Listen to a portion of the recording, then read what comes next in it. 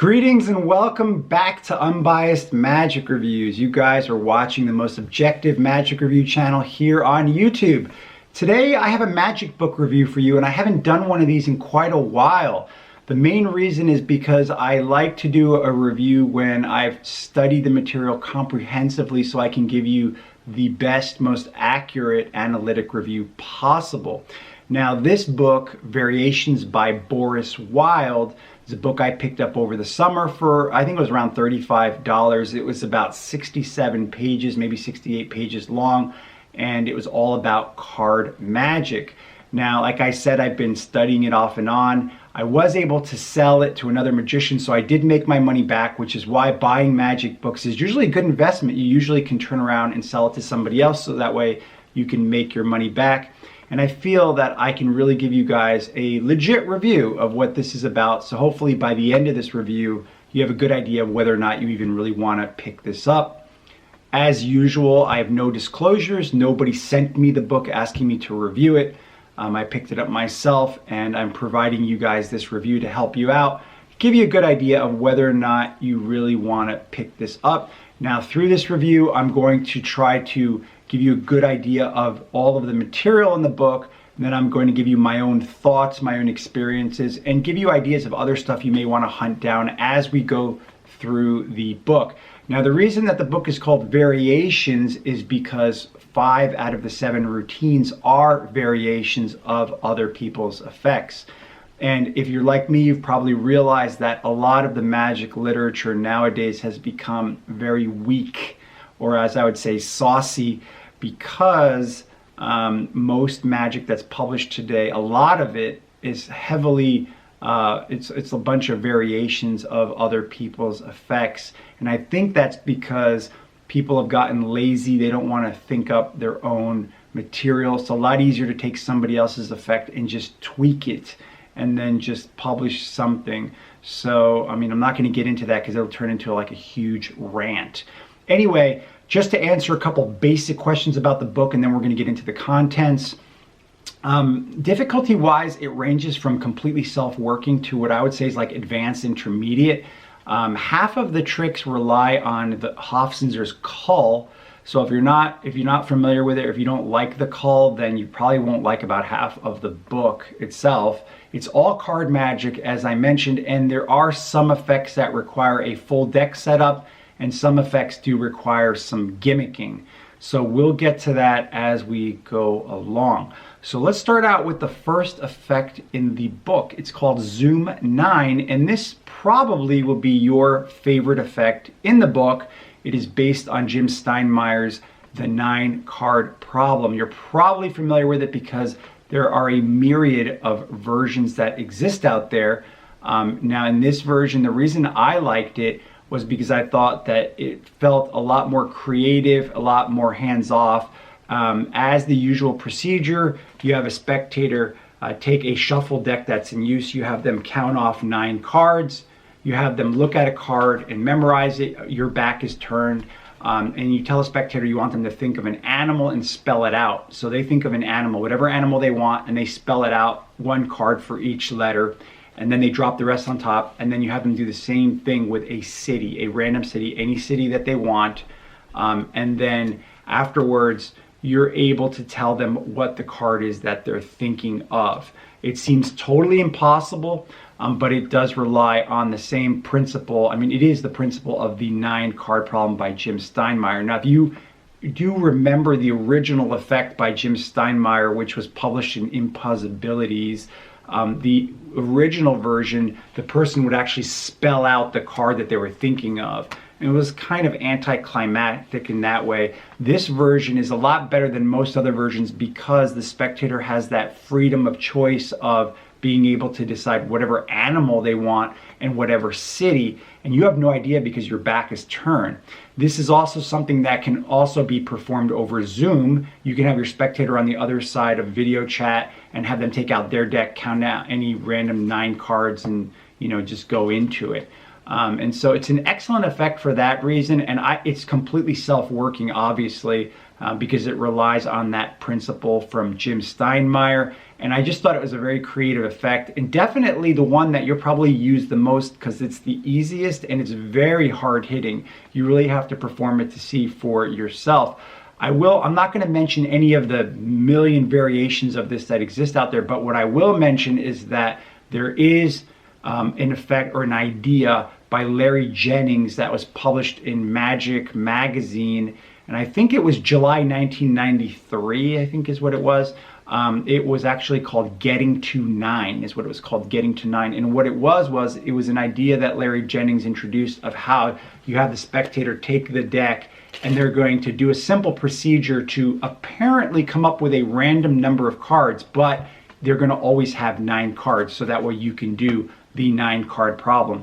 And the reason I even mention it is because in the event that you're worried that the spectator is going to be like, oh, this is something mathematical because you have them count out specifically 9 cards.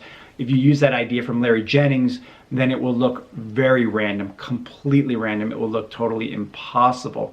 So this effect alone for you may be worth the value of picking up the book because it's an excellent effect. I really liked it a lot and I got a lot out of it. I think that it's probably the best effect presented as it is in the book in terms of like for usefulness. I think that you're going to find it extremely useful.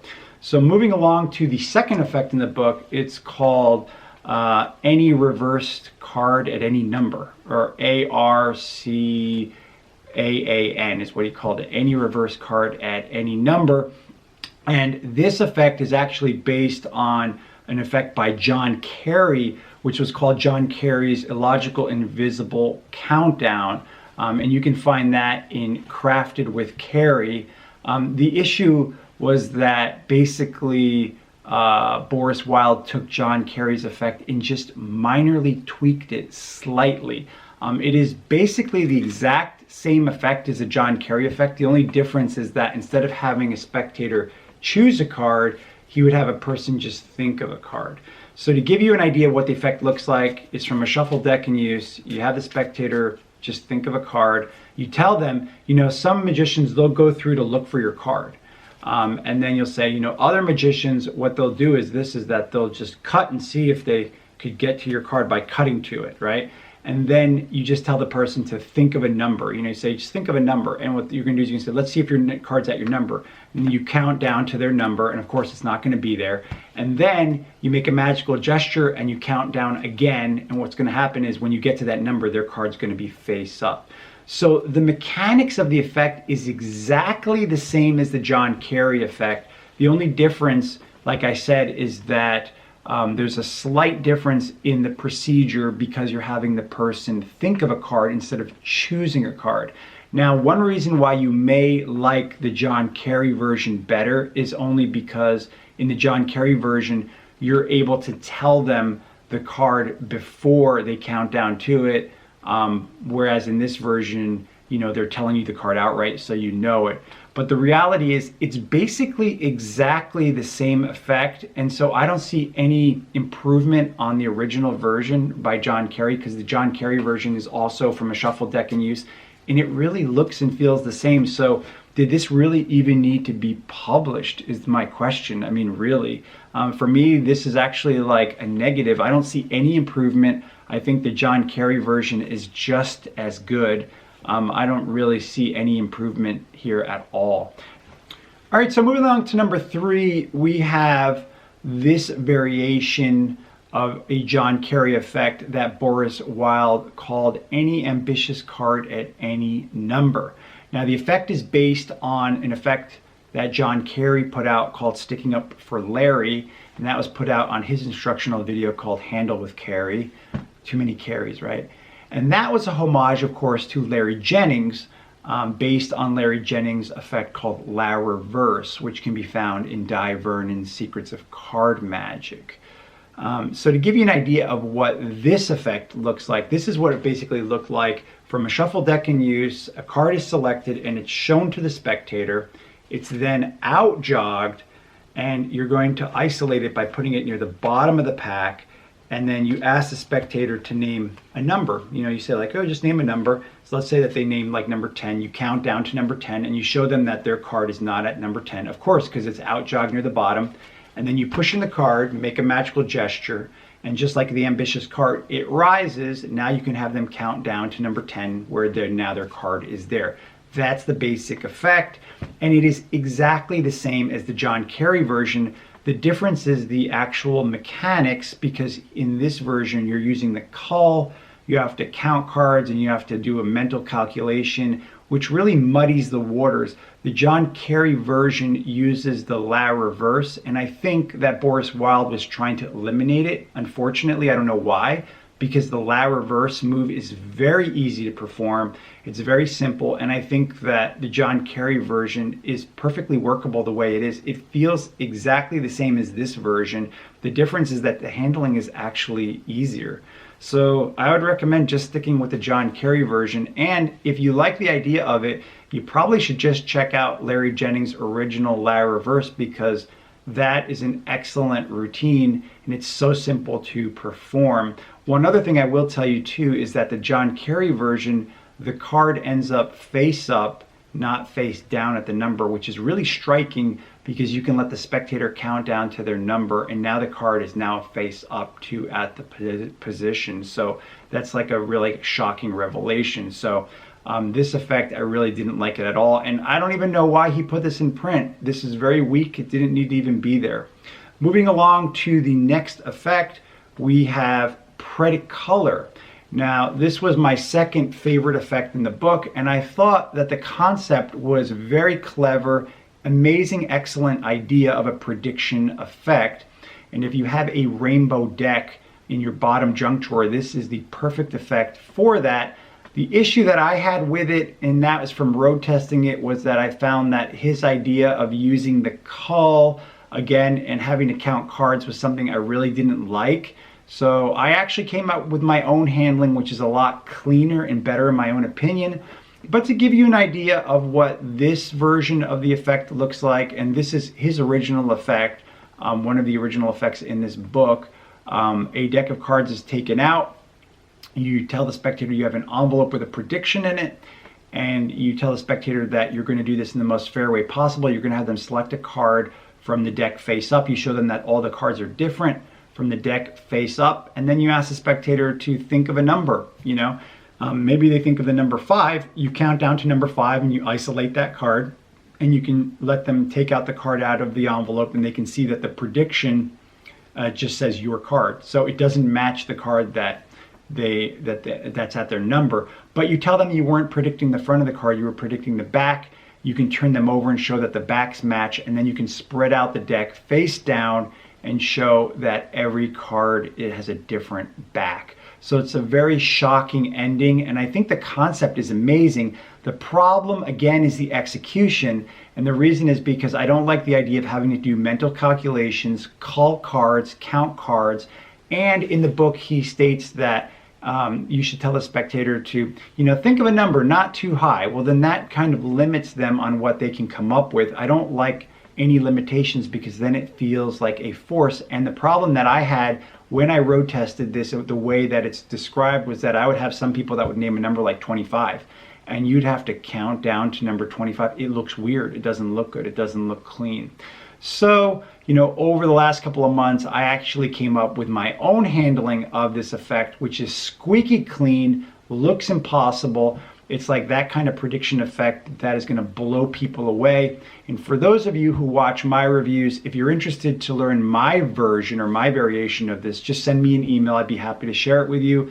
I think you're going to like what I've come up with a lot better. That being said, I thought this was the second best effect in the book, and probably because what I liked the most about it was I liked the concept, the idea that the prediction doesn't match, but then you're actually predicting the back of the card, not the front. So I thought that that was very clever, and this was one of the only original effects that he puts in this book. So the next effect is called Invisiquiz, and this hybrid variation is based on two different ideas. The general effect by John Kerry called Invisicard, the name's almost the same, as well as a patter idea by David Corsaro, which is called Getting to Know You. And you can find that actually on his Penguin Live lecture if you're interested in that.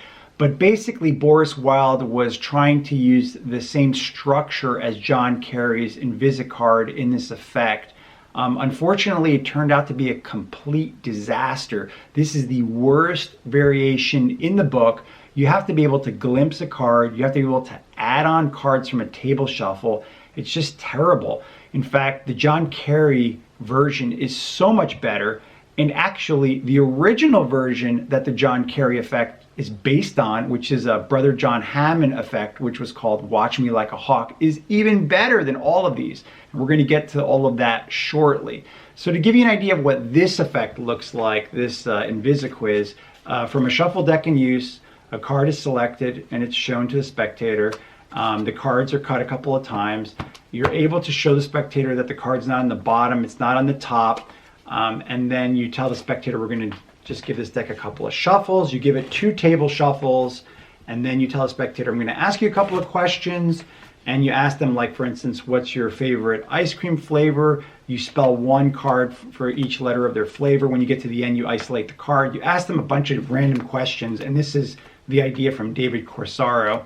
You're isolating cards each time with each question until you get to 5 cards. And then what you're going to basically do is you're going to tell them that you're going to make their card vanish from in between these. And so you can show them cleanly that every card here is not their card, but now you only have 4 cards instead of 5 cards. You ask the person, you know, what their card is or whatnot. You ask them to throw it back into the pack, and then you're able to spread and show them that the 1 reverse card is their card. That's the basic gist of the effect. Like I said to you, the problem with it is the execution is very poor. Really, I think that Boris Wild just complicated things with his handling. In the original John Kerry version, you would just have a spectator take out 5 random cards. You would have them shuffle those up, and then you would have the person do like a down under deal. And then afterwards, you were able to take them and you were able to tell them, look, I'm going to make your card invisible. And then you could show them that you've only got 4 cards, and then you can show them one at a time that their card has vanished from the pack here, from these cards. There's only 4, and then you're able to tell them what their card is, and then you can tell them, here, throw your invisible card back into the pack, and then they could see that their card is the only one that's reversed. That was the John Kerry version, much better than this version by Boris Wild. Although, if you are interested, the best version of this kind of idea really was the Brother John Hammond version, which was published in Secrets of Brother John Hammond by Richard Kaufman. And Richard Kaufman actually said in the book that the effect was extraordinarily clever. And I totally agree. And the reason why was this, I'm going to give you an idea of why it's so clever. It's because what you do is you take out the 4 aces and you can show it to the spectator. You give them the pack and you tell them to think of any card. You say, take out your card, but don't let me see it. You have them put their card on top of the 4 aces. You show them one by one the aces. You say, look, I'm going to try to peek your card, so you keep an eye on me. And you say, look, we got the ace of spades, we got the ace of diamonds, we've got the ace of clubs, we've got the ace of hearts, and we've got your card. And you put it there and you say, look, put your finger on top of it. Don't let me peek at it, you know, and whatnot. And then you can go in any direction from there. You already know what their card is. It looks so fair. The handling is devious, and you're only using 5 cards, which is just mind-numbing. In the original version by Brother John Hammond, the actual selection disappears from the 4 cards, and you can either make it come back or not. You can produce it from somewhere else if you want to, or you don't if you don't want to. It's just gone, and there's only 4 aces, and their selection is just history. And so it's really an amazing effect, and I think it's far superior to any of these variations, especially the Boris Wild version here. I think that it just destroys that. Even the John Kerry version, too, I think it's something that really, it's not really the greatest. I will mention to you guys as an Easter egg for those of you that are interested, I'm not going to tell you where, I'm just going to tell you to look for this. There is an effect by Jerry Sadowitz, which is utterly devastating, where basically it looks very similar to these effects. I'm not going to tell you where, you're going to have to hunt it down and find it yourself, but this is what it looks like. The spectator takes out 5 cards, they shuffle them up, they look at a card, they're able to cut the pack and then hand it to you. You tell them that you're going to rearrange the cards under the table, and you bring it back out and you tell the spectator, look, let's just do a simple deal here. and you do, and then you tell the spectator, yup, that's going to bring your card to the top. You ask them what their card is, and you can show them that it's on the top. And that's it. It's absolutely mind-numbing. It's an excellent packet trick, and it's like one of those tricks that I've been going back to for years. I'm just not going to tip to you guys exactly where to find it because it gives you something to hunt for. I think that's good for you. I think you have to do some research on your own too. I can't do everything for you guys. So that's just another effect you may want to take a look at. I've already tipped it. I've told you that it was put out by Jerry Sadowitz. So you should be able to find it if you really want to hunt for it. All right, moving along to the next effect, we have the Impossible Double Divination. And this effect relies on a full deck stack. The effect is very simple. You take the deck, you give it one Pharaoh shuffle, you have two spectators, you tell the spectators the following. We're going to cut the deck in half. You have them cut the deck in half. You have each person cut the deck and look at a card. Then they cut their half or whatnot, or just shuffle their half. And they're each thinking of a card. Then they take both of their halves and shuffle those together. And while they're shuffling these two halves together, you have somebody else shuffle these other cards together that are not used. You take back these cards and you just glance at them for a moment, and then you're able to tell each person what card they're merely thinking of. That's the effect. It's not based on any other effects, so this is the other effect that's Boris Wild put in the book that's original to him. Unfortunately, again, there's two things with the effect that I really didn't like. One, it does use a full deck stack, which is very cumbersome.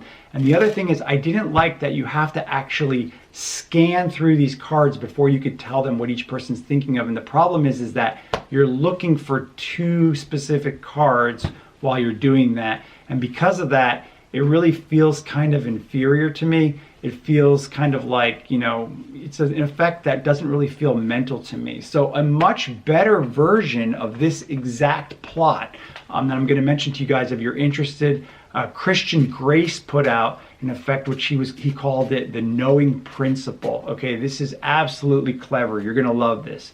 Again, you're going to have to hunt this down because I can't remember where I learned this from because it's just too much magic that I go through. But I remember it was Christian Grace and it was called the knowing principle. But in this version by Christian Grace, you only have to have a stack of 12 cards. And the way that it works is when you start, you shuffle the cards. You're going to hand it to the spectator. You're going to have them cut the deck in half. You're going to have each person look at a card and they're going to take their card and bury it into the center. Each person can actually shuffle their half now. And then when you take back the cards, you give it one more shuffle yourself and you're able to immediately tell each person what card that they're merely thinking of. The nice thing is that even before you shuffle the deck, you're able to start telling them characteristics about each card that they're thinking of. And so the whole effect feels so much more hands-off. It feels so much more mental, which is what this is trying to be. This is trying to be like a mental type of divination effect. I think the Christian Grace version is far superior to this version. I don't think you're going to really like it, especially just because of the full deck setup. The full deck stack really just kills it for me, especially that you have to scan through the cards looking for some things. And so I really didn't like that at all. So I wouldn't recommend that effect to you guys either. All right, so the last effect is called the Color Changing Chicago. And this effect obviously is based on the Chicago opener that was made popular by Frank Garcia, which was actually based on the Hot Trick #1 by Al Leach. The reason why it's called the Chicago opener is because it became famous by Frank Eberhardt and Jim Ryan, who performed it in the Chicago area. But it was Frank Garcia that published it in his book, $1 Million Card Secrets, which is why today it's known as the Chicago opener. And so basically Boris Wild took the Chicago opener and he combined it with a basic color changing deck effect where the deck changes like from blue to red and then back to blue, for instance. The issue I had with this effect or this variation is that one, it's highly gimmicked. You're using duplicates, you're using things like double stick tape, and you have to remember orientations. And then the color changing deck part, it just feels very weak because you're showing that the deck has changed color with a frustration count. So it's not even like you're able to spread the whole deck to show that it's changed color. So the design of the routine is really not that good. I think that the original Frank Garcia version of the Chicago opener is even probably better.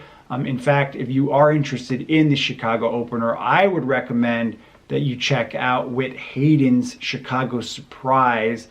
Even to this day, it's an effect that I love to perform. And Whit Hayden used to say that that was the first effect he would always perform. The reason that the Whit Hayden version is so strong is because of all the psychology that's built into it. Because in his version, the spectator selects a card from the deck face up in front of them, and then the card immediately changes color, the back of it, to another color. It's isolated on the table, and then they're shown the cards again face up and make another selection, and you magically change that card on the table to the one that they just seem to have thought of. So it feels like their thought of card is transformed. The one on the table transforms into their thought of card, which is why that Chicago Surprise is so strong. It's got a lot of little things that are built into it, a lot of psychology. It's a very strong effect. Again, I would recommend it if you like the Chicago opener. There are so many versions of the Chicago opener out there. I mean, like I said, the basic original version is good on its own as well. So any of those are good. But this version by Boris Wild, really, it's inferior. And again, it's highly gimmicked. I mean, are you going to carry around all those gimmicks to do this effect that the color changing deck part doesn't really add anything to it? It really doesn't. So again, I would not recommend that. The book concludes with a small section on Hofzinser's Cull, which is just a simple description of Hofzinser's Cull, which I don't even think needed to be in the book. And that's basically everything that's in the book. In terms of my own rating for this, overall, I would rate this as 2.75 out of 5, which means it's really undesirable. I don't think it's really worth picking up unless you really want to check out that first effect in the book, the one that was called Zoom 9. I mean, I think other than that, most of the other effects, you're going to be disappointed with them. And I don't think that those variations are any better than the original ones. Now, the breakdown, if you're interested, is this.